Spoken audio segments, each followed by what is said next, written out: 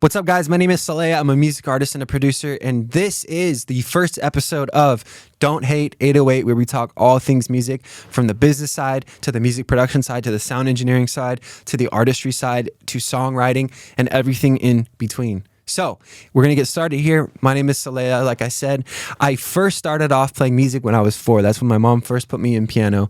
I got a bugle too, like a trumpet.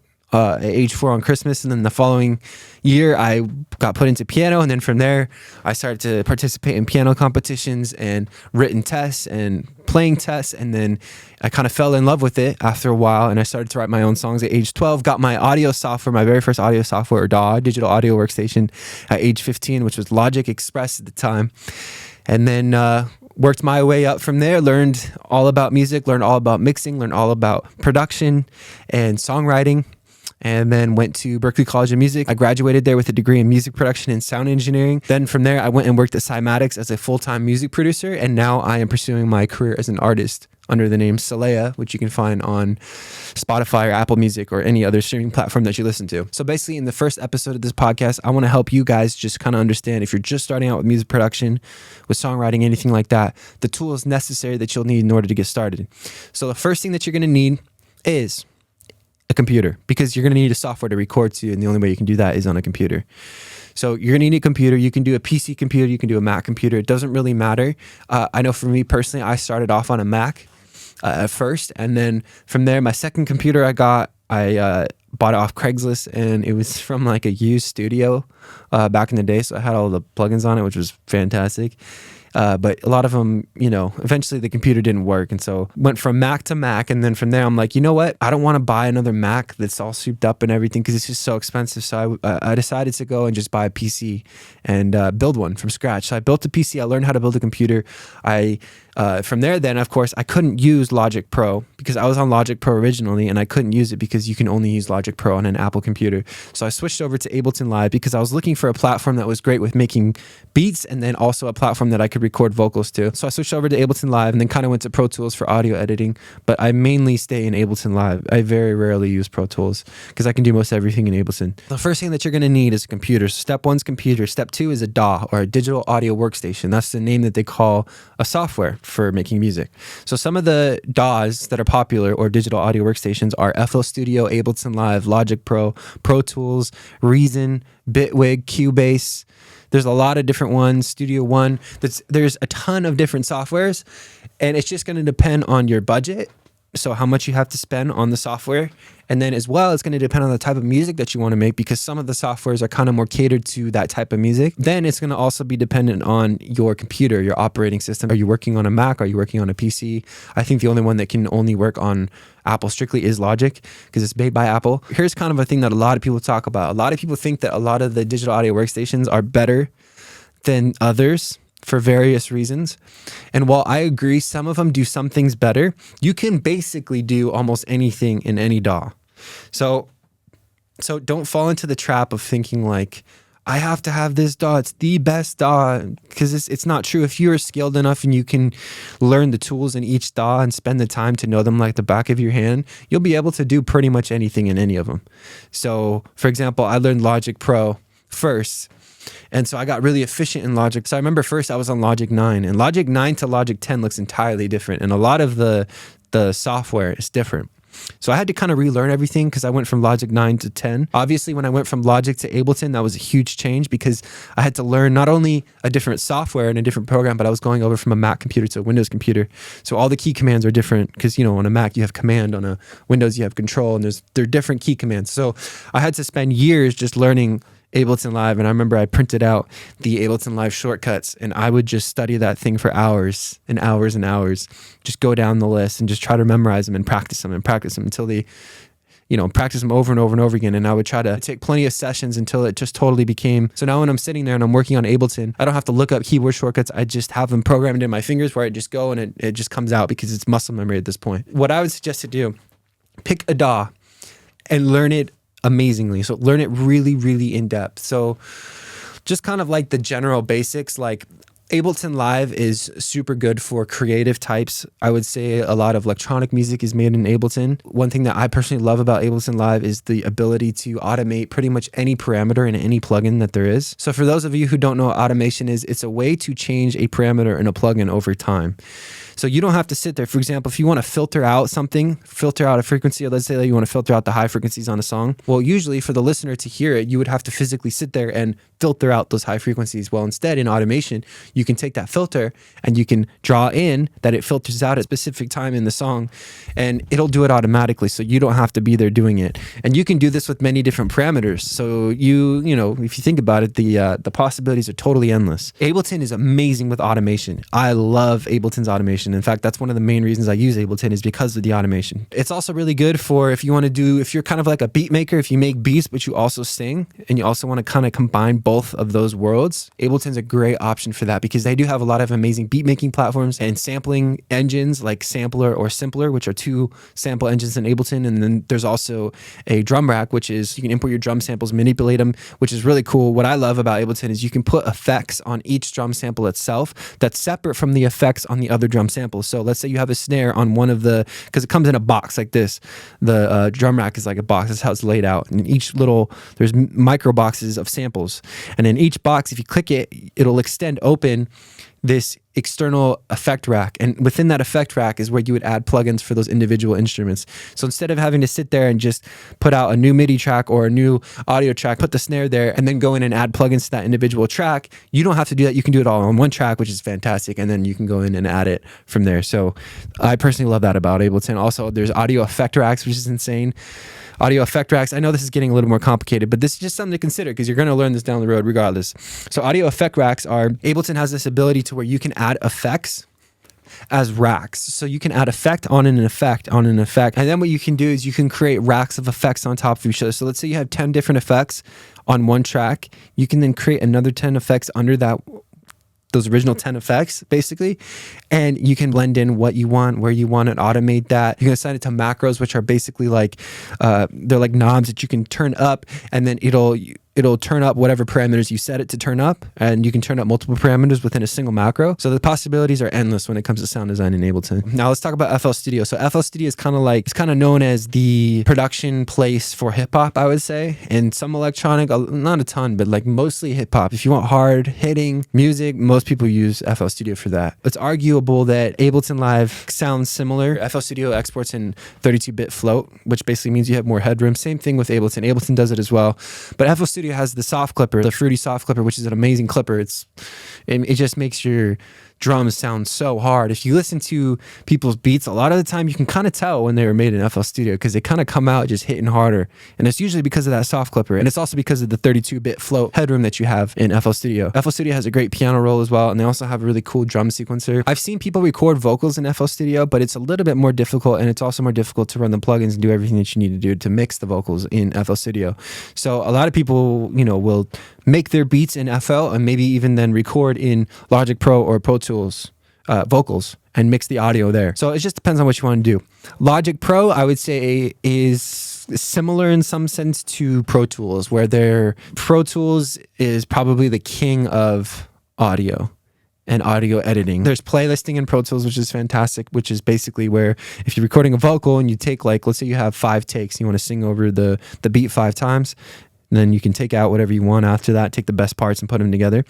Well, what it'll do is it'll automatically put those takes into a playlist, and it'll drop down with the 5 takes that you had, and you can highlight which takes you want, push the up arrow, and it shoves that part of the take up to the top track, which is your original vocal track. And you can do that with all the different little pieces of the takes, all of the 5 takes, pick whichever take you want from each one, and compile, or comp as they call it in the industry, a full track together. So Pro Tools is probably the best for this. Ableton has a comping feature as well. I'm not so sure if Logic does. I think it does. Logic is fantastic too because it's a very simple platform. It's very simple to learn at first. You have your timeline, and it works in obviously from a time basis, so from 0 to however long you want your song to be.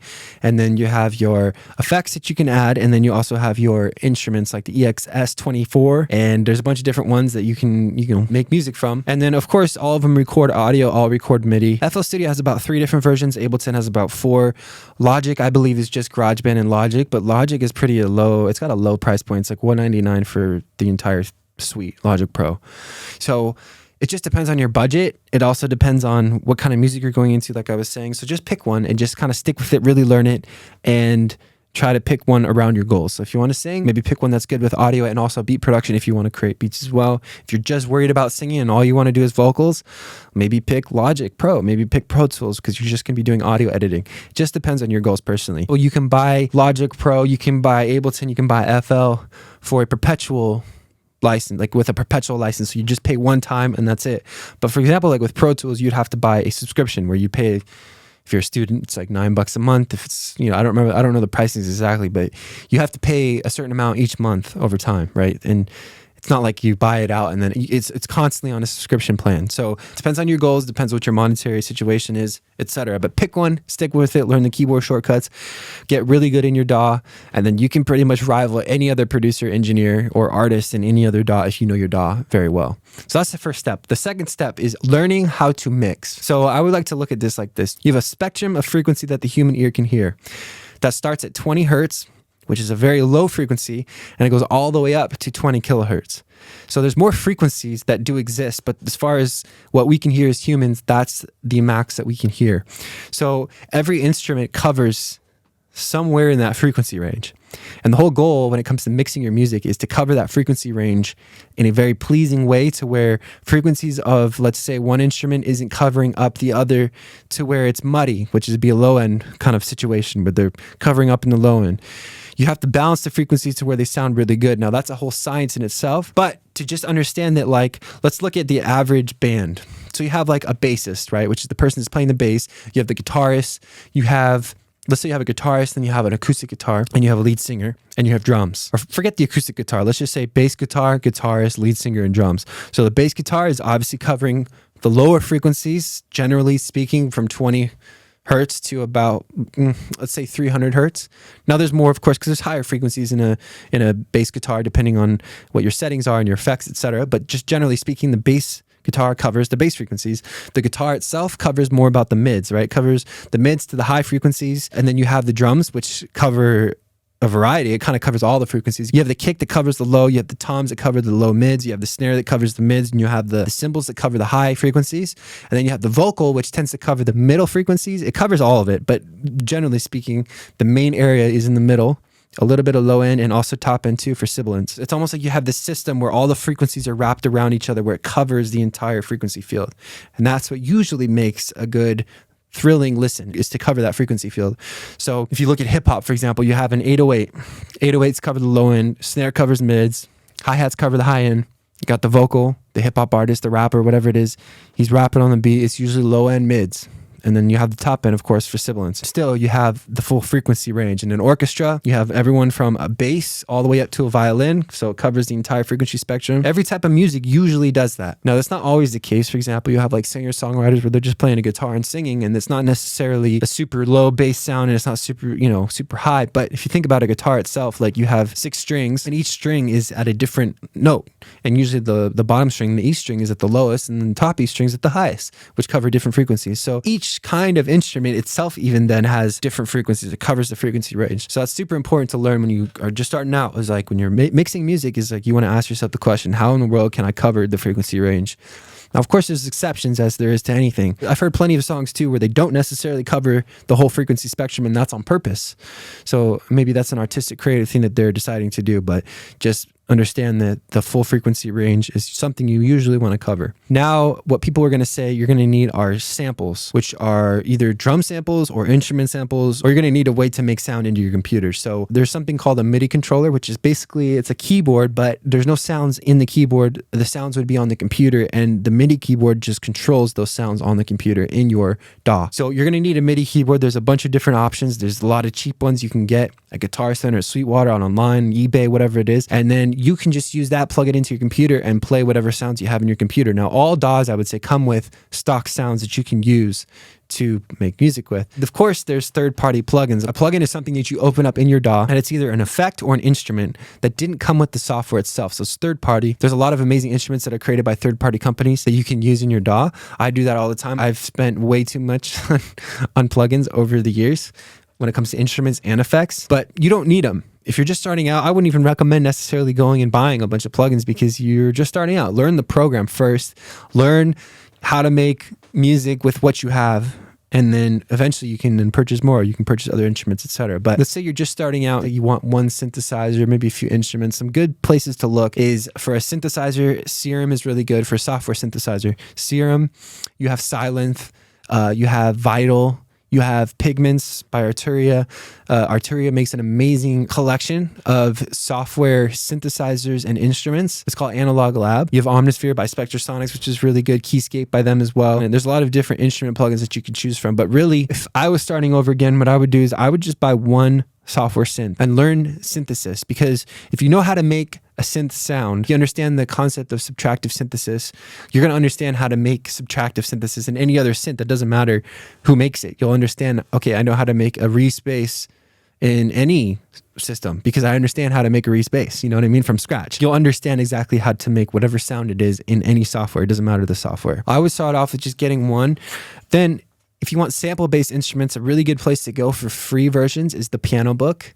The Piano Book was created by one of the CEOs of Spitfire Audio. A lot of people can come on there. Let's say someone has an old piano. They'll sample the piano. They'll put it into a decent sampler or to a Contact instrument, an instance of Contact, and then you can load that into your Contact or your decent sampler, and you can play that sampled instrument that they have in their house, and it usually is free. Also, another great place is Native Instruments. They make amazing sample-based instruments. They make synthesizers too, but I like to use their sample-based instruments the most, I would say. So check them out. Check if you're kind of more into the orchestral film field, I would check out East West is really good. They make amazing stuff. So does Spitfire. There's a ton of different options. Those are the two that I would, that I kind of use the most for that. And then as well, if you're looking for samples, drum samples are a great place to Splice. Everyone knows that, splice.com.